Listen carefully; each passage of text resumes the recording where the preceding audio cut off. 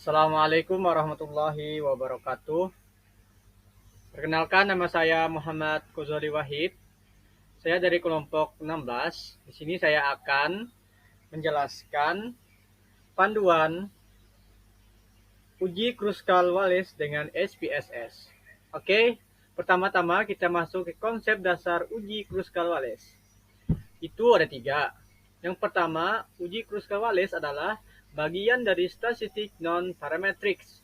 Yang kedua, uji Kruskal-Wallis digunakan sebagai alternatif dari uji one-way ANOVA ketika salah satu atau seluruh sebaran data tidak berdistribusi normal. Juga disebut juga dengan pengganti dari one-way ANOVA. Yang ketiga itu uji Kruskal-Wallis dipakai untuk 3 sampel atau lebih yang tidak berpasangan. Jika sampel hanya 2 buah, maka sebaiknya menggunakan uji Mann-Whitney. Oke, ini contoh soal uji Kruskal-Wallis. Itu PT Cahaya memproduksi 4 buah lampu dengan merek A, B, C, dan D. Terus yang berikutnya, seorang manajer produksi ingin mengetahui apakah ada perbedaan mutu produksi yang nyata atau signifikan di antara keempat merek lampu tersebut. Selanjutnya, untuk itu diambil sejumlah sampel tertentu dari masing-masing merek lampu. Kemudian diukur masa hidup lampu tersebut dengan cara menyalakan alat yang sama hingga lampu mati. Ini adalah data dari soal tersebut. Ini datanya. Ada 23 data. Ada A, B, C, dan D. Oke, untuk menganalisis data penelitian dengan SPSS, pertama itu melakukan uji normalitas untuk mengetahui apakah masa hidup setiap merek lampu yang diteliti berdistribusi normal sebagai syarat uji one-way ANOVA atau parametrics. Yang kedua, jika tidak berdistribusi normal, maka alternatif yang bisa dipakai sebagai pengganti uji one-way ANOVA adalah uji Kruskal-Wallis non-parametrics. Ya, kita memakai penggunaan uji Kruskal-Wallis. Ya, yang terakhir itu ada tahapan analisis, ada input, ada analisis, dan kita nanti akan men-outputnya. Gitu. Oke, selanjutnya kita masuk ke program SPSS. Oke, kita pencet di sini. Nah, kita sudah masuk program SPSS. Di sini saya memakai SPSS 22. Oke, kita langsung saja ke variable view. Di sini kita buat masa. Terus labelnya kita tulis di sini atau ketik di sini masa dalam kurung jam. Terus di sini kita menggunakan desimalnya di sini kita pilih angka 1, widthnya 8 tetap. Oke, kita ke measure-nya kita pilih scale. Nah, sudah. Pada name dari kolom kedua itu kita ketik di sini merek.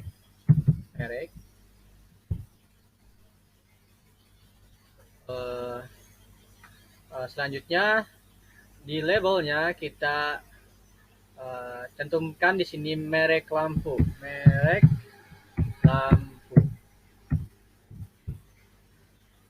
Terus di value-nya kita harus merubah value-nya di sini. Kita masuk ke diagramnya, itu value di sini kita pilih nomor 1,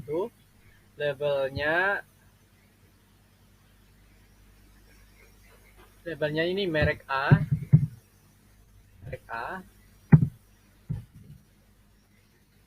kita add. Sama ini kita pilih nomor 2. Labelnya di sini merek B ya. Oke. Sampai D ya. Terus ketiga merek C. Terus sama merek nomor 4 itu merek D.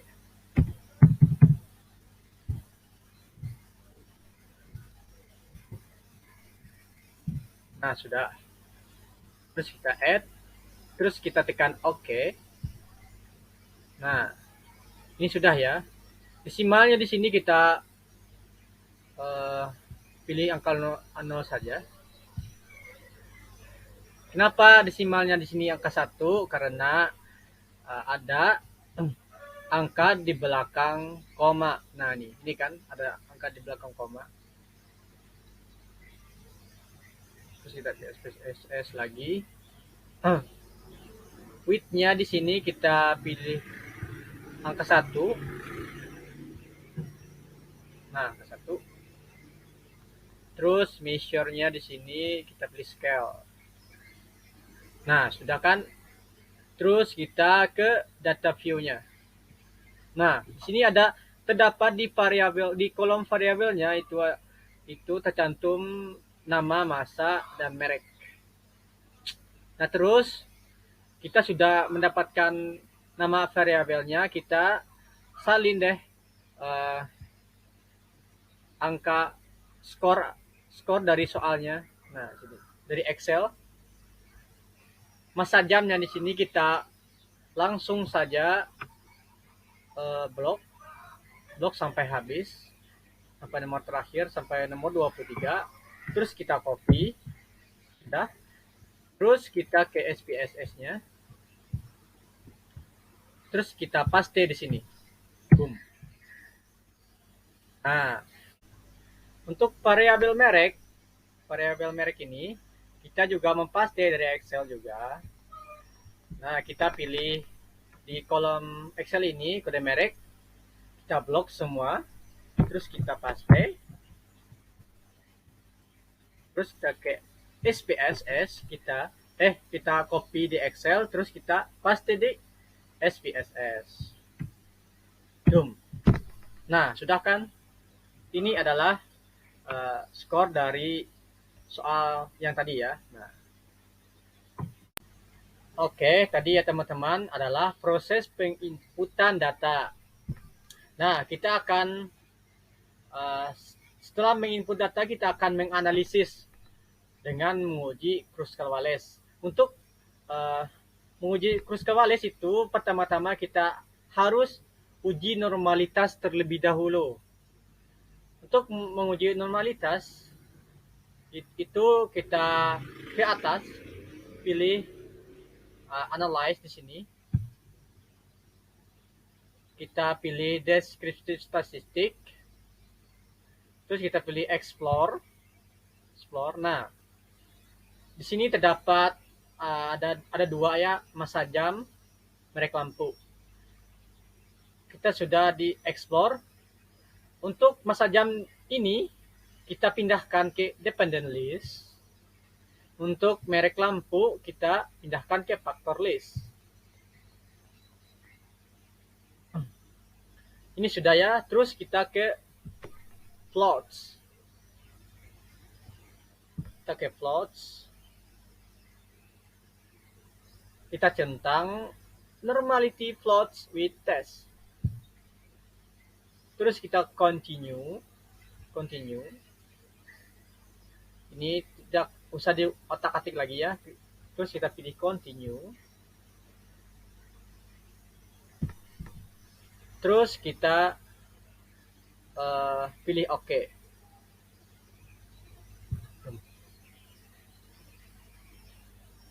Kita tunggu ya. Nah, ini sudah muncul outputnya. Kita pilih kolom yang ketiga ini, test of normality.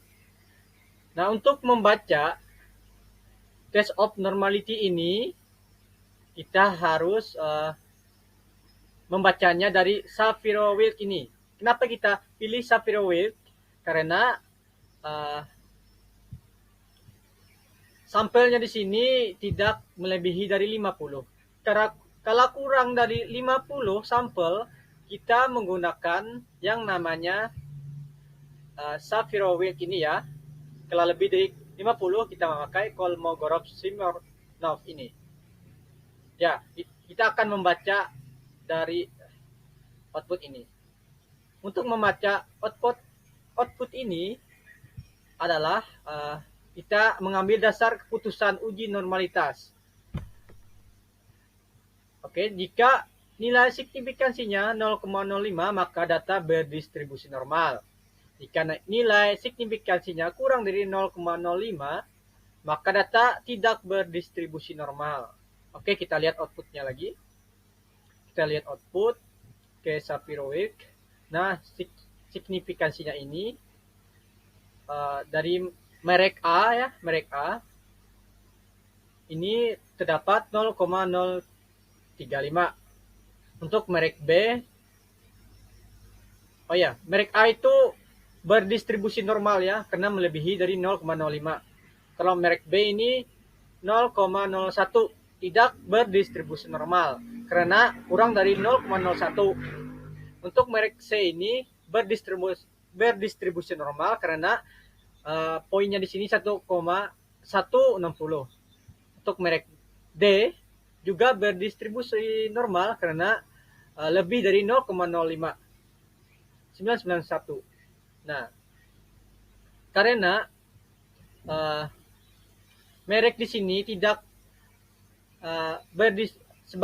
sebagiannya tidak berdistribusi normal, maka kita akan tidak bisa ke pengambilan analisis menggunakan one way ANOVA. Justru itu kita menggunakan yang namanya uji Kruskal-Wallis. Untuk menguji Kruskal-Wallis ini, kita ada tahapannya, itu ada hipotesis penelitian. Hipotesis penelitian ini adalah kesimpulan dari penelitian ini. Jadi hipotesis penelitian itu ada HO. HO ini adalah tidak ada perbedaan, artinya tidak ada perbedaan masa hidup lampu antara merek A dan merek B, merek C dan merek D. HA ini artinya ada perbedaan masa hidup lampu antara merek A, merek B, merek C, dan merek D. Oke, dasar keputusan uji Kruskal-Wallis itu jika nilai ASIM signifikansinya lebih 0,05, maka tidak ada perbedaan antara HO diterima dan HA ditolak. Jika nilai ASIM signifikansinya kurang dari 0,05, maka ada perbedaan atau HO ditolak dan HA diterima. Begitu. Oke. Kita selanjutnya menguji dari Kruskal-Wallis tersebut. Untuk mengujinya kita masuk ke SPSS. Kita pilih Analyze sini. Terus kita pilih non-parametric test. Terus kita pilih Legacy dialog. Terus kita pilih lagi dua related samples ini ya. Oh, independent samples. Ini. Independent samples. Terus, nah kita sudah masuk ke independent sample tadi. Masa jam ini kita pindahkan ke test variable list ini. Untuk merek lampu kita pindahkan ke grouping variable. Nah, sudah kan? Kita centang Kruskal-Wallis karena kita akan menguji Kruskal-Wallis. Terus kita ke define range ini. Oke.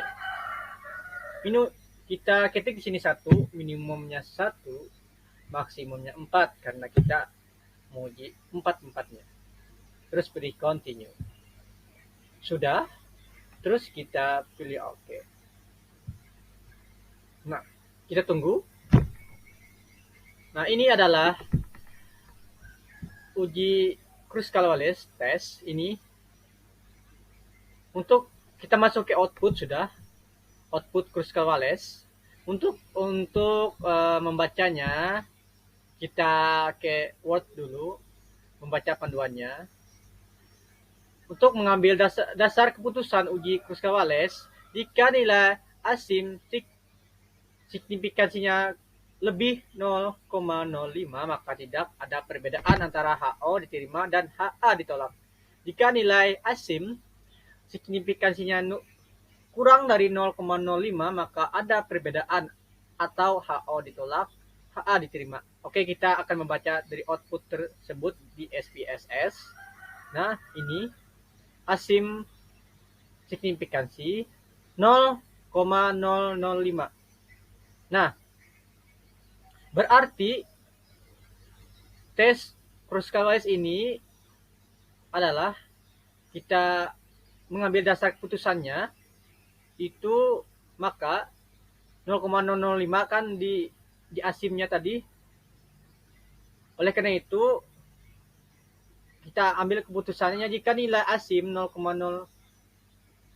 signifikasinya kurang dari 0,05 maka ada perbedaan atau HO ditolak dan HA diterima. Jadi HO ditolak dan HA diterima, begitu.